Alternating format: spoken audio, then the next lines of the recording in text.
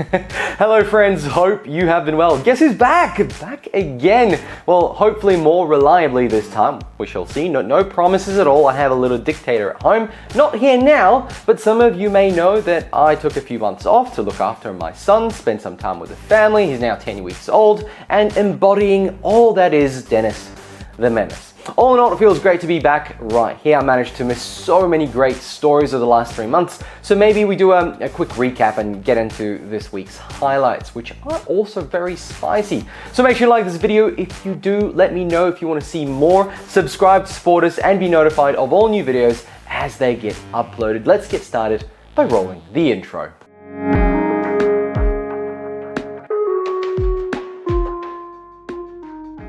Here are some tidbits over the last few weeks that I found really interesting. The New South Wales government is set to use $100 million to upgrade Sky Muster premises. The announcement came earlier this month as the government said they will reprioritise the upgrades to the most underserved regions and rural areas. Calls have also been made for NBN to extend their fixed wireless service to cover Sky and Muster areas. More on that later. Depending when all this happens, it might be a little bit too late as Starlink takes hold of these regions.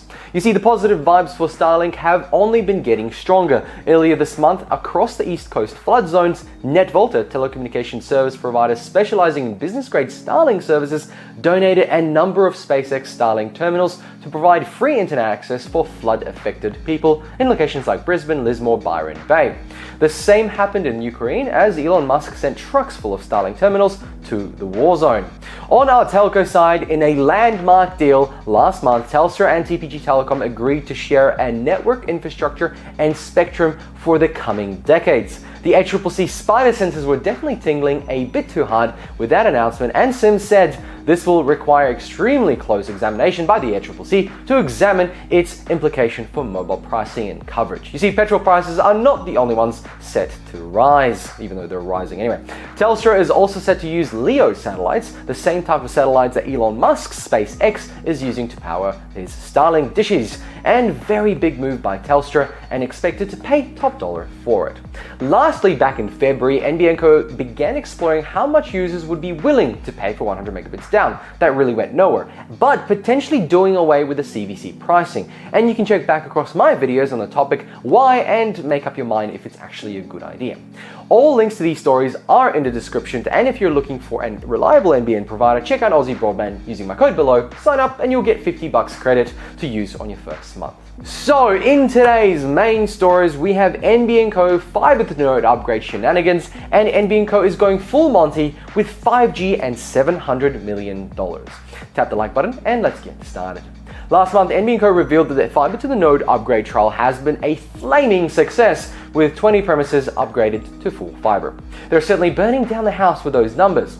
There were 31 more premises waiting, and all this was out of the couple of hundred possible sites, which was actually a down revision from the original 10,000 premises who were to be involved in the trial, as you may remember. Yep, I had the same look as you when I heard these numbers. Since last year, NBN Co has been touting their upgrade horn, and now we see the results.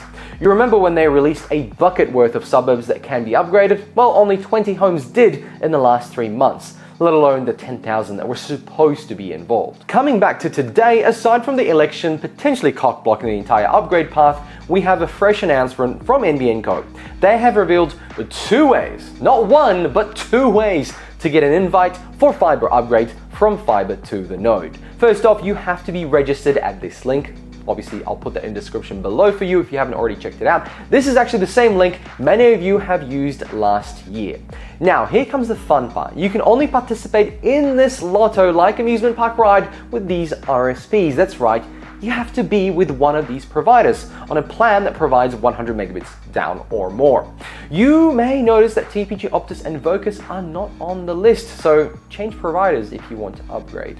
So far, NBN Co said they have around 18 months worth of pre-registration. What does that mean? I don't know. Is it 18 months worth of digging, 18 months worth of paper, 18 months worth of what? This data scale is as bad as minimum promise speeds. the numbers just mean nothing. Once your suburb comes up on the list, links below for the list of those suburbs, you should get an invite from your RSP. Yep, not NBN Co, RSP. So by the end of 2022, NBN Co expects 600,000 premises to be invited, though again, not actually upgraded. So if they do about 20 per 3 months, give or take, 50 years. That upgrade number is 75% by 2023. So expect to be in that first million, 75% of those be upgraded in the next 2 years. It doesn't sound too bad, but these promises change all the time. Let me know below if your suburb is on the list and if you have received your golden ticket. $750 million it will take to upgrade the NBN Co fixed wireless service. Our very own Willy Wonka, Paul Fletcher, said the fixed wireless network will be upgraded with the latest 4G and 5G technology. Can you believe it? NBN Co has been testing 5G technology for around 2 years now, and the interest started back in 2018, and will finally start rolling out to the public in maybe a year?